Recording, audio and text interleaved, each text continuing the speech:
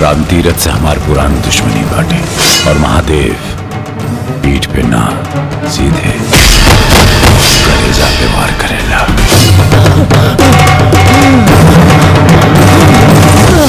राते के भी रमतीर्था के लइकवा समझवा के टपका देहलस।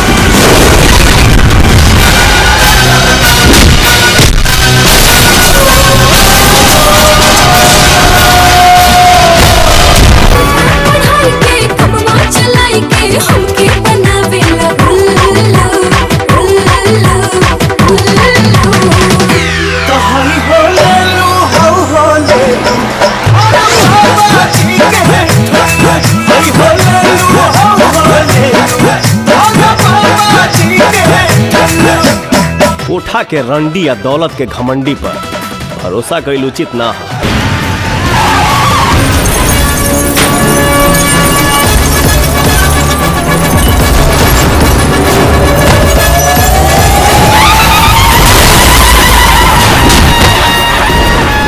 हाथ संभाल के रखा, बहिन के कन्यादान करे के काम आई।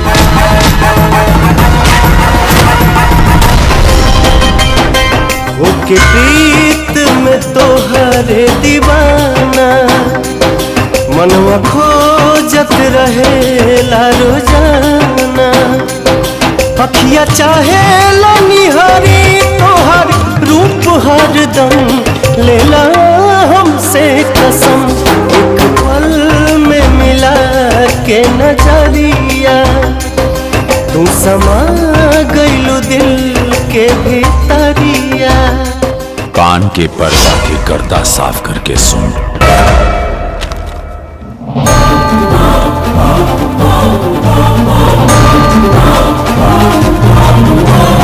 लेकिन वजन ठीक ठाक बुझाता है। ले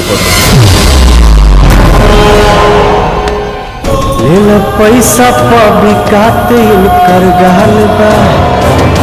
अब की ऐसे के करा छुए के मजाल बा। यो लड़की के भाई पर हर खुशी हर अरमान हम हमेशा पूरा कैले हई। अपन गर्दन काटे से भी पीछे ना हट। तू खाली इनकर धा के हिलावा, हम कोमल से दूर रहे की कीमत ले ले बानी। प्रीत लगन मन लागल कोई तो बुझाए। हमरा प्यार के नीलामी होता। मन धुनकी धुनकी मन धुनकी धुनकी मन धुनकी धुनकी रंग जाए। मन धुनकी धुनकी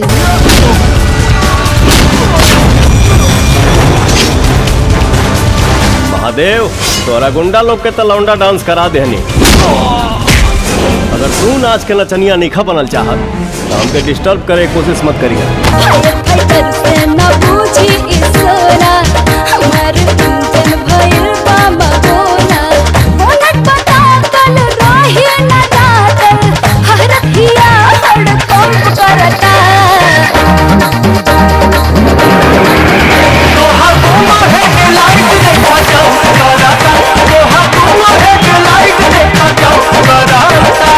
लंगड़ी भचंगड़ी तीन टंगड़ी नीचे पटक के खूब रगड़ी।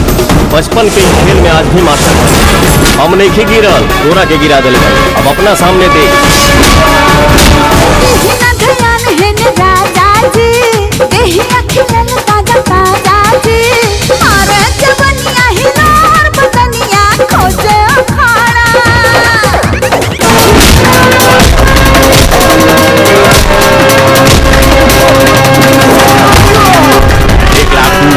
लाख 5 लाख 10 लाख 50 लाख चल 1 करोड़। 1 करोड़ दे दे। 1 करोड़ हम देवे के तैयार है।